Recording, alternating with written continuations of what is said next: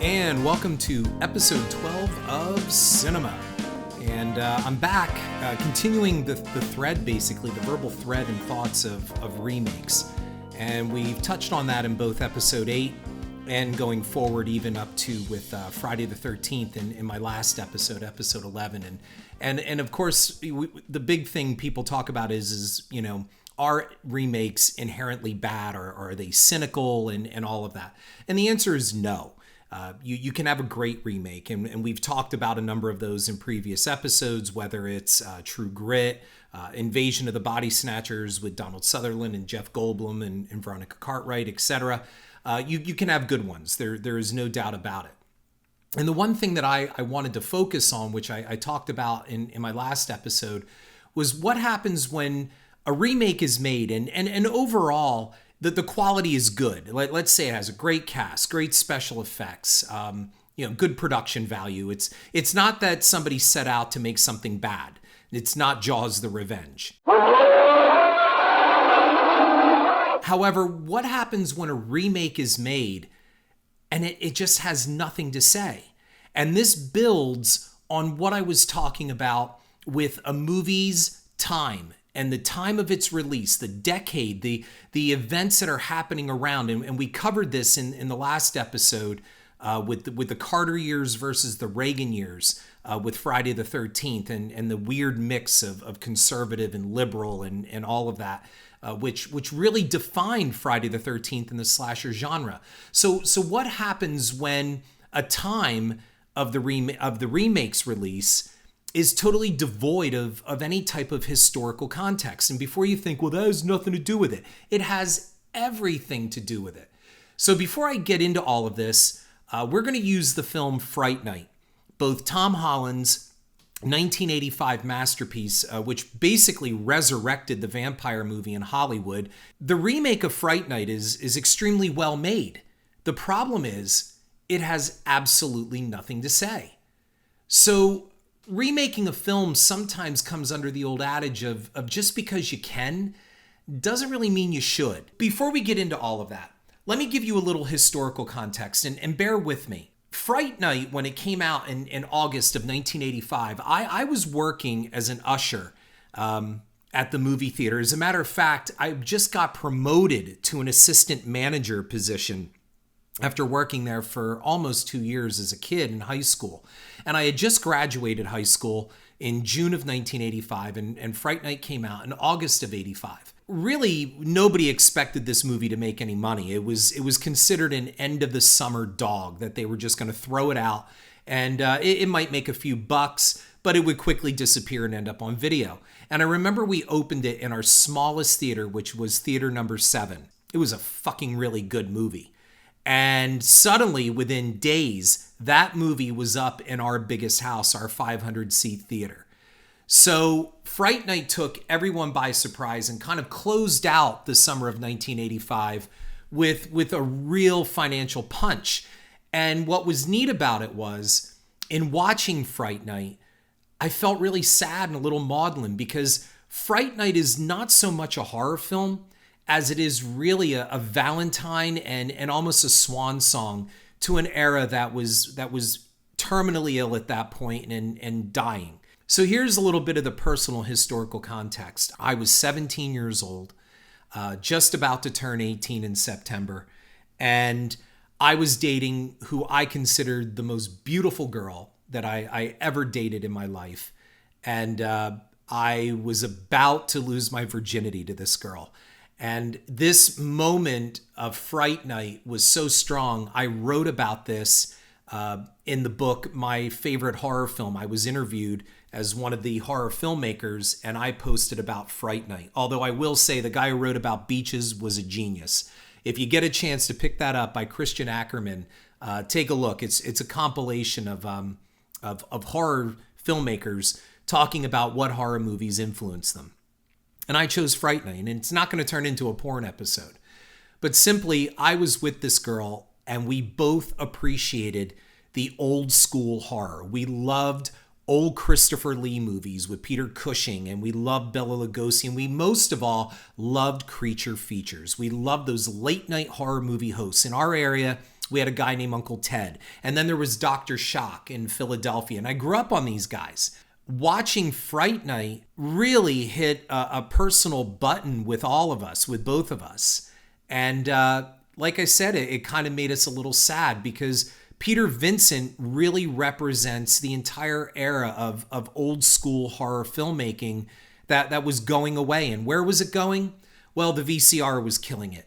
Cable was killing it. Streaming and the internet was still far off. However, cable and video, home video, were killing the local channel markets. And all those old horror films that you grew up watching late at night or on a Saturday afternoon, they were gone to video, and TV was just no longer dedicating their time to these people. And that's Peter Vincent's problem in the film. He's being phased out. And he says it best. At that time, the vampire movie was on its way out, and the slasher movie was in. And he laments this when he yells at Charlie Brewster in the parking lot of the TV studio after just being fired, that nobody wants to see vampires or vampire killers anymore. They just want to see demented men in ski masks hacking up young virgins. I proposed to this girl in Fright Night. I had her ring, which, by the way, I spent a school scholarship on.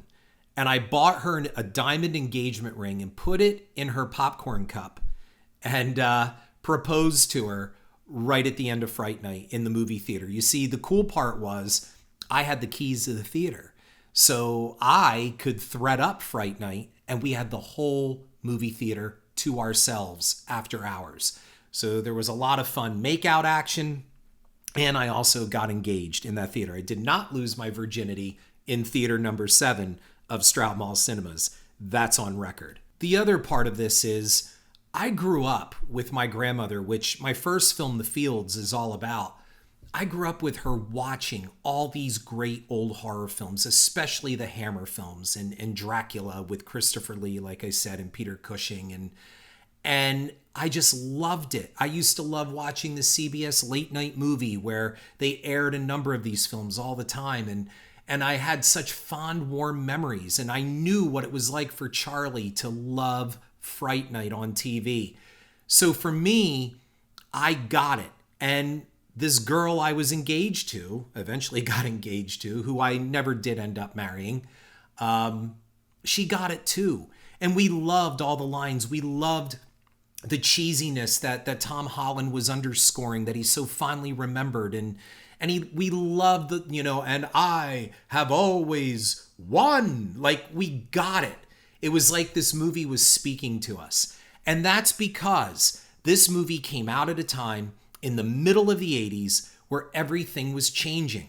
And while I talked about the political climate of Friday the 13th, that so much didn't affect Fright Night and its success as it was an ode to a time that was passing by. And I think a lot of people got that. It was the close of the local horror film host, and most of all, the end of local stations broadcasting the creepy, scary movies late at night or on Saturday afternoons. I've already told Tom Holland how much I love Fright Night, and it's in my top 5 films, and I'm looking at right now in my office an autographed copy of the Blu-ray DVD. So that's how much the film means to me. And I can't say how important it was in my career, because Tom Holland's Fright Night, also his Psycho 2, the script for Psycho 2, greatly influenced me as an up-and-coming horror filmmaker. I mean, now you have comments that pass off as reviews online, whether it's on Netflix or IMDb or Amazon or Hulu. And these comments are dotted with phrases like, the film is old, or it's dated. Better yet, I love when people say it's foreign. They didn't want to read subtitles, which I just never understood. All of these signify a concern in American pop culture, and that is a fixation on the superficial and a refusal to give anything deemed old, and I put that in quotes, a chance. The concept of dated is ridiculous. Of course something is dated. The Godfather is dated because it takes place during the World War II era. Of course, Jaws is dated. It takes place in 1975. But does that mean that you dismiss it?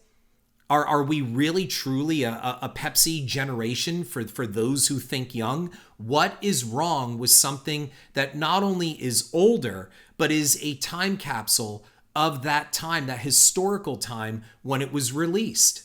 Horror is a breeding ground for remakes, but the focus of this podcast is going to be, again, it's going to be Fright Night, the 1985 Fright Night, and its remake. There is nothing inherently wrong with a remake if it's done for the right reasons. And some of these reasons could be if the first film had incredible potential, but it couldn't be realized because of budget restrictions or even technological limitations. That decision to remake a film needs to be made carefully. Think about it. They remade King Kong, which was a stop-motion original. A tiny model was animated, which thrilled millions and saved RKO Studios and became an American legend. And without Kong, there would have been no Godzilla. And yet, when we remade it in '76, it was a guy in a monkey suit. Now, that was a Rick Baker monkey suit, and it was damn good. Think about that. It wasn't like there was some huge technological advance. In fact, we were using suitmation, which the Godzilla films have been doing since 1954. But I like the new Fright Night with Colin Farrell. Look, again, cinema is not about liking something. Everyone has their own taste, and this is not what I'm debating. One of the principal pieces of my blog and this podcast is that while the original 1985 Fright Night endured all these years to become a remake, the remake itself will not be remembered with the affinity of the original. Who's going to remember the Colin Farrell film 35 years from now? To be clear, I didn't find the remake to be a quote-unquote bad movie. It simply was a needless one, and there was no need to affix the title Fright Night to it. They took it so far off the rails, it had nothing to do with Fright Night. Fright Night, the title itself, is the name of Peter Vincent's horror late-night local broadcast show. In the remake, it's something entirely different, and it means nothing to us. We're going to see the same thing with the 1998 Godzilla. And had they just given that movie a different title, a lot of the issues could have been more forgiven. The 1998 Godzilla was not Godzilla. It was more akin to the beast from 20,000 Fathoms. And the 2011 Fright Night was more like Rear Window with vampires and not much else. Look at the posters for the remake of Fright Night and the original Fright Night. And the posters themselves evoke not just two different films, but also they evoke a different tone and relevance.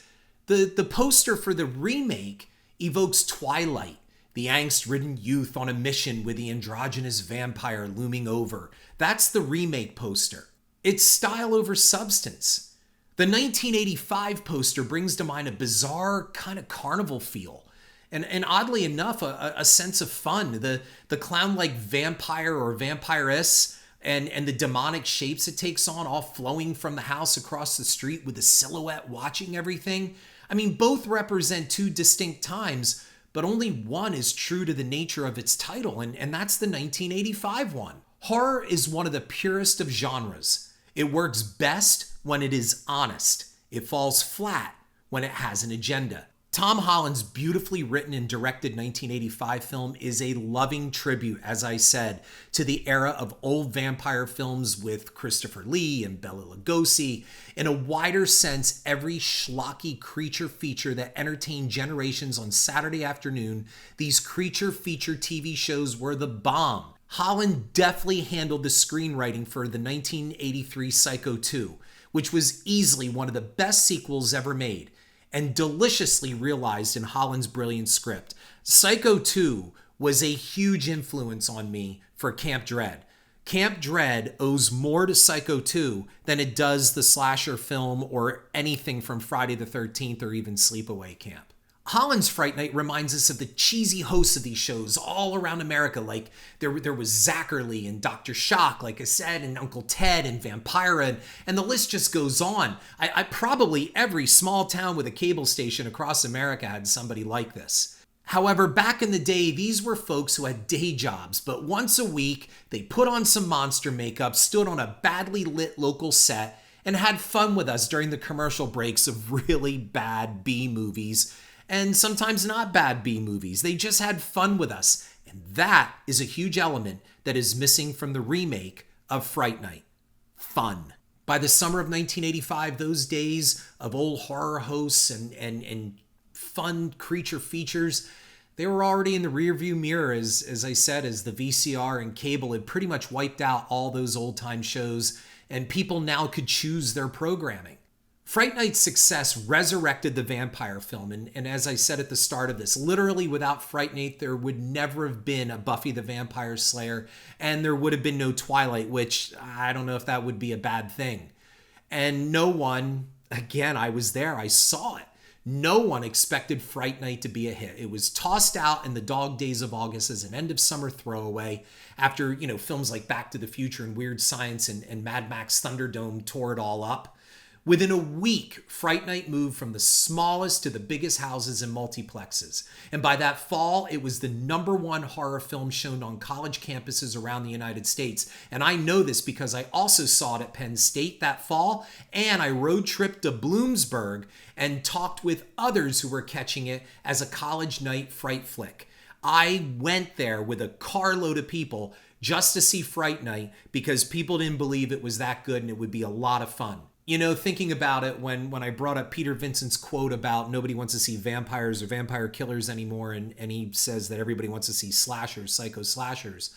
The second part of that quote could be amended today to include sparkling vampires, CGI monsters, running zombies, sadistic doctors, and inbred hillbillies. People who watch the 1985 Fright Night often say to me, "I don't get it. It was dumb. It didn't make sense." All right, look. Jerry Dandridge is a vampire. He kills people. Charlie Brewster lives next door. He finds out, no one believes him, and he gets Peter Vincent to help him dispatch the vampire. What the hell isn't there to get? The real problem, what these people don't get, are all the nods to the previous horror films because they never fucking saw those films. And they have no point of reference. For this new generation, and I sound like Peter Vincent here, the closest they come to clever referencing is Scream. And you know why they didn't see those horror films? Because they're old. All right, so let's do something a little new here on cinema. Let's do a little Q&A time. Here are some actual questions I got from people I recommended Fright Night to watch. All of these people are 25 years old and under. Okay, so everybody that made these questions, that gave me these questions, were either 25 or under 25. So here's the first question. So why is this kid watching all these old horror movies and why does he like them so much? And so my answer was, in the days before texting, IM, Xbox, and Warcraft, and everything else, and Fortnite, there were things called 3 channels, basic cable, and your imagination. People also watched old movies because Hollywood had not really caught on to the cynical idea of recycling the same stories with slicked up newer versions to fool you.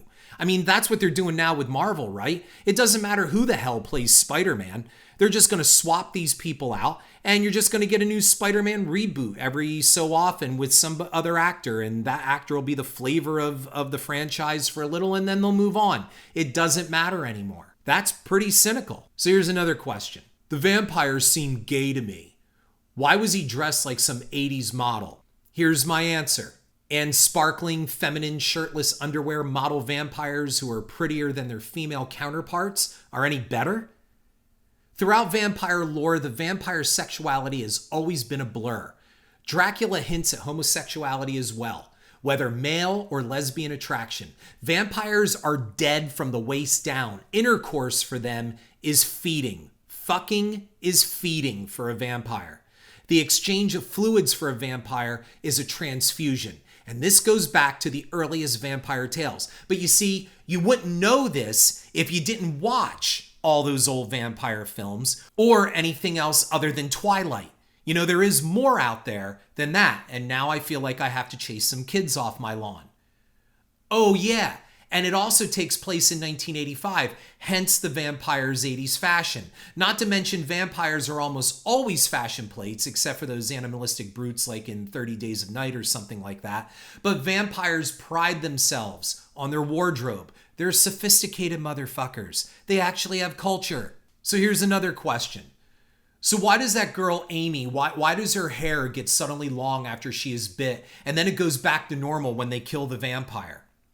Again, if you haven't seen any of the old Hammer films or anything like that, like Brides of Dracula, Dracula, Prince of Darkness, Terror of Dracula, the female victims are usually sexually repressed, conservative British types who literally never let their hair down. They're these uptight women, and the vampire liberates them. Again, feeding is fucking. So when they bite into these women, it releases something in them. They're actually getting an orgasm, and it transforms them from their boring, tight-ass British mates. They have these boring fiancés and lead stuffy, boring lives. Then along comes that sexy undead counter vampire who shakes things up a little bit and does a little tooth sex romp on her neck, and before you can say Twilight, that woman is liberated.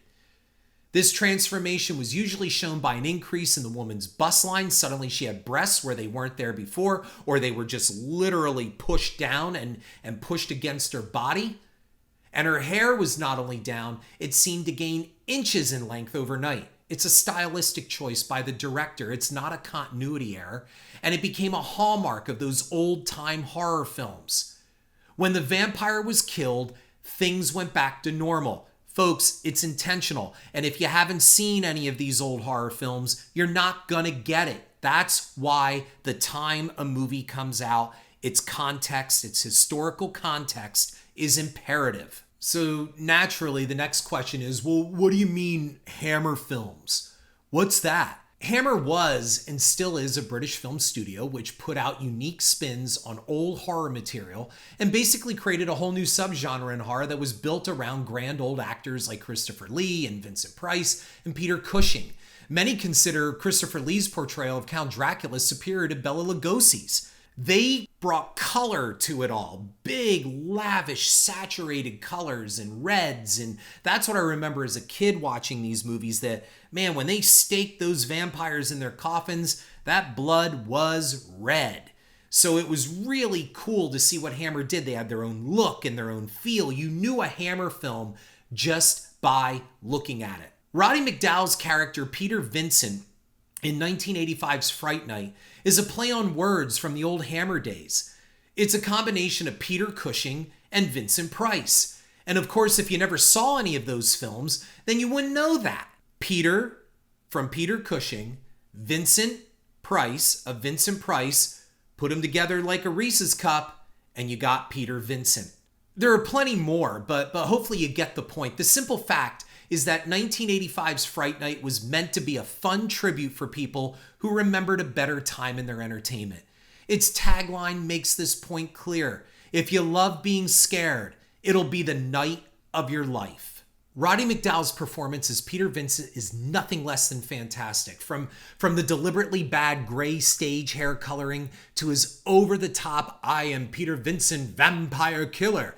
And that's a nod to Roman Polanski's vampire misfire, The Fearless Vampire Killers. McDowall's unique British accent, his meek yet dignified manner give credence to his broken horror movie star. Vincent now has to slum on late-night local cable, hosting his own films, having his face rubbed nightly into the fact that his best days are now behind him, and yet transforms into a genuine hero when he's forced to confront Jerry Dandridge, the real vampire. Billy Ragsdale's Charlie Brewster is your average nice guy, and he's intentionally a little boring. He's a direct nod to the Jonathan Harker-style male lead of previous films who, in the end, has to man up and inject a little daring-do into his life to save his woman from the dangerous yet exciting vampire. Charlie is boring, white-bread suburbia, and his girlfriend, Amy, they have a relationship. She loves him, but let's face it, it's not exactly like fireworks are happening between the two, and Charlie's going to have to change some things up, and in some ways, Jerry's going to force him to do that. And speaking of Charlie's girl, Amanda Bierce, who was best known for going on to Fox's Married with Children as Marcy Darcy, she played Ragsdale's sexually repressed, uptight girlfriend, Amy. And again, this is a nod to the style of woman mentioned that I've said before. She's not so exciting herself until she's bit. And then Amy becomes a hellcat of a vampire. The climactic scene in the basement of Jerry's house has her trying to entice Charlie with her new sexual powers and sinfully asking him, "What's the matter, Charlie? Don't you want me anymore?" And for a moment, it looks like Charlie does want her. until she shows that freaking face, if you remember that at the end. Stephen Jeffries killed it with his Evil Ed character, and that's a direct nod to Renfield, and played at times for comic relief, but Jeffries' deadly pathos after Ed gives in and takes Jerry's offer of eternal life is fantastic.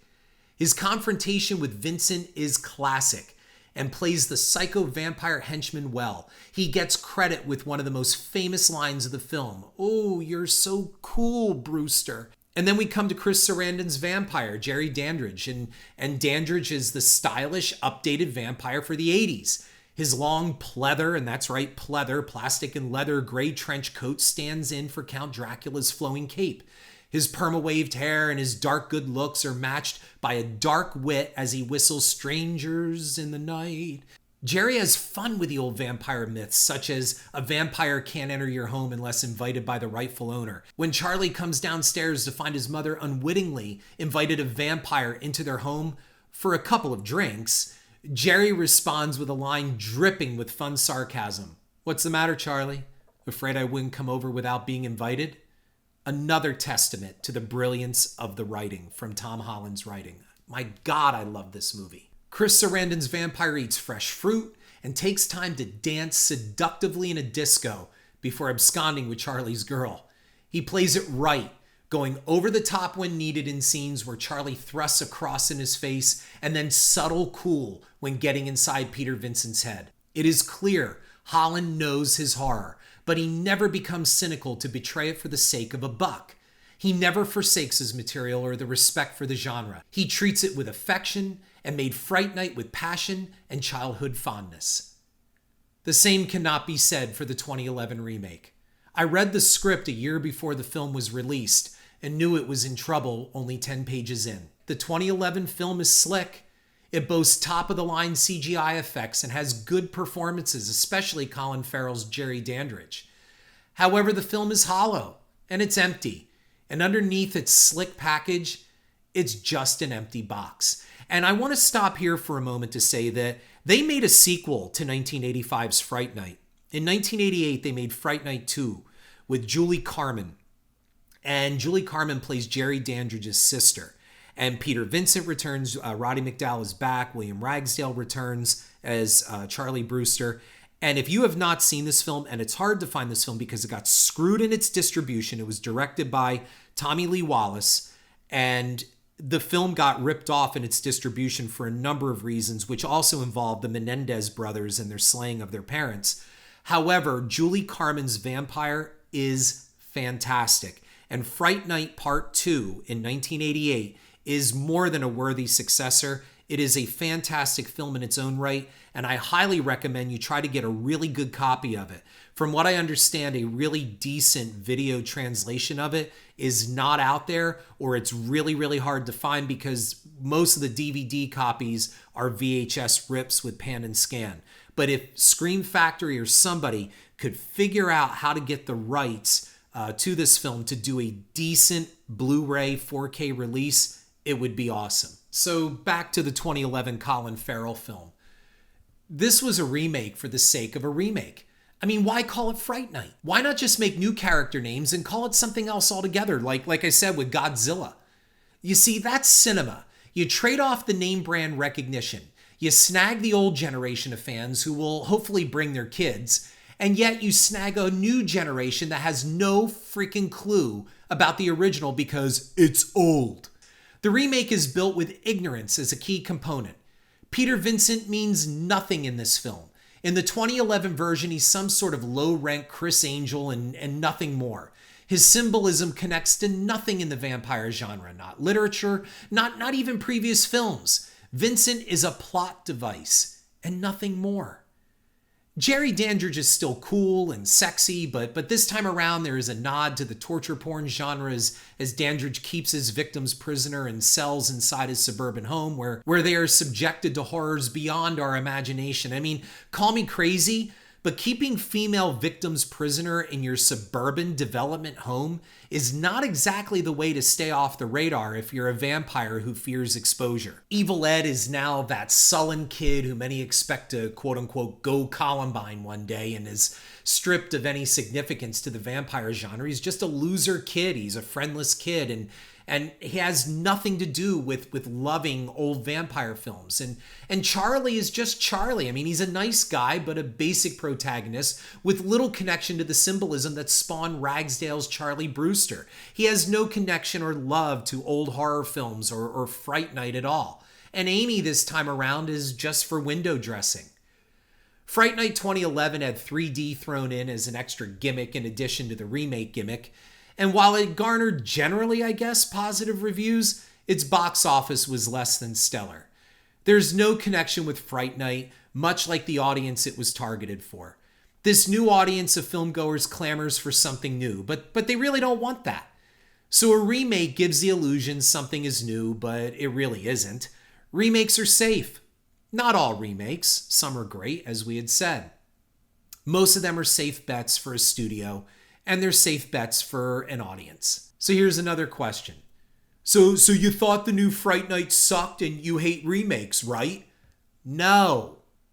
I thought the new Fright Night was slick and well put together. However, it was not really Fright Night except in the name only. It brought nothing new, had no connection to the source material that spawned it, and it had nothing to say. It was a $10 distraction for a matinee and really nothing more. So I hope I made my point using Fright Night. I mean, I don't hate remakes. I dislike why most of them are made, and I don't like that most people are ignorant to the original material and the importance of cultural history to the original films. Like I said, remakes like the 1979 Invasion of the Body Snatchers or even the 2006 King Kong with Peter Jackson are different than remakes like A Nightmare on Elm Street or Fright Night or even Let Me In, because they were remade with respect for the original material and were projects made with passion and zeal. The latter films were made to make a fast buck off a generation that doesn't know better and really doesn't want to. I'll end it with this. See the original 1985 Fright Night and be cool, Brewster. Check out my blog on horrorfuel.com, and I really appreciate the time to listen all the way through. Looking forward to episode 13. Thanks again. Head on over to iTunes and give me a like and review. And if you want to read my cinema blog, you'll find it at horrorfuel.com/author/Harrison.